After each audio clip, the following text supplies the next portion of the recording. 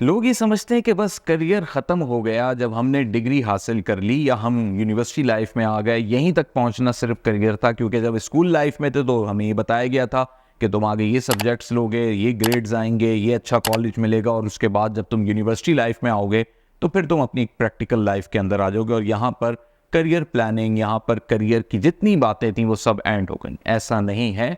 दर हकीकत करियर शुरू ही तब होता है जब आपके हाथ में डिग्री आती है।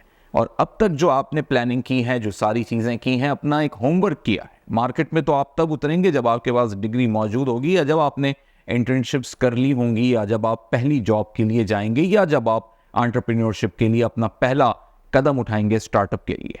तो ये वो तमाम तर पहलू हैं जब से आपका करियर एक्चुअली शुरू होता है।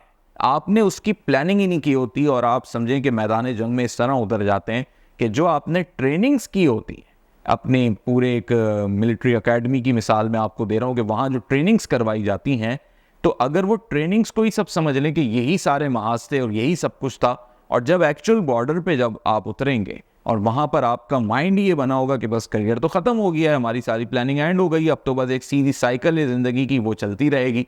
ऐसा हरगिज़ नहीं है।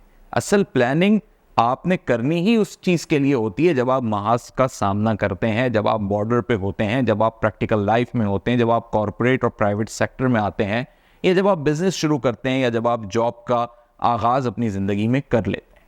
तो आपने उसके लिए जो करियर प्लानिंग की होती है, ये सारे होमवर्क, ये सारे स्टेप्स, ये सारे माइलस्टोन्स होते हैं। और डेस्टिनेशन आपकी हरगिज़ कभी जॉब नहीं होती। डेस्टिनेशन आपकी करियर के अंदर वो प्रोफाइल होता है जिस पर जाने के बाद आपकी अपनी एक वैल्यू होती है, आपके अपने टाइम की वैल्यू होती है।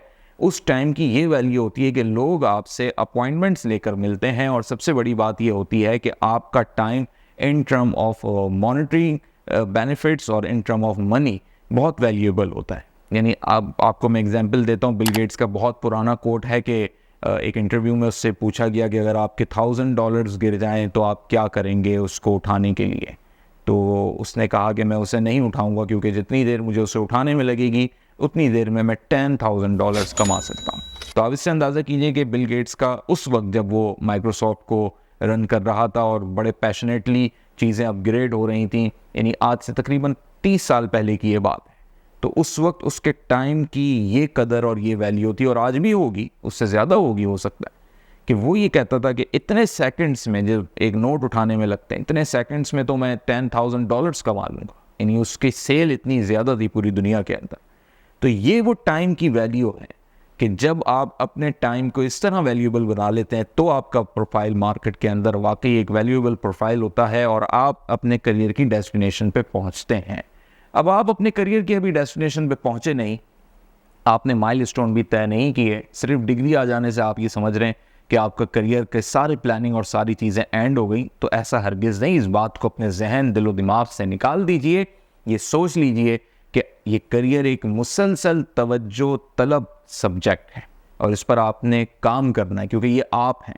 आप अपने ऊपर काम नहीं करेंगे, अपने आप पर काम नहीं करेंगे, अपने करियर पे तवज्जो नहीं देंगे, अपने प्रोफाइल पे काम नहीं करेंगे, अपने एक्सपीरियंस, स्किल्स, नेटवर्किंग और अपने प्रोफेशनल सर्कल को नहीं बढ़ाएंगे, तो आपकी ग्रोथ नहीं होगी। जब आपकी ग्रोथ नहीं होगी, माशरे में आप पीछे रह जाएंगे, तो यकीनी तौर पे आप उस सोसाइटी के अंदर क्या कैटेगरी में शामिल होंगे ये आप खुद अंदाज़ा कर सकते हैं।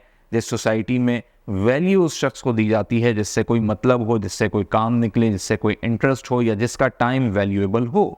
तो ये आपने सोचना है, अपने आप को काबिल बनाना है, अपने करियर पे उसी तरह फोकस रखना है जिस तरीके से आप फोकस रखते हुए तालीम मुकम्मल करने के बाद, ग्रेजुएशन के बाद अब आप प्रैक्टिकल लाइफ में आ रहे हैं।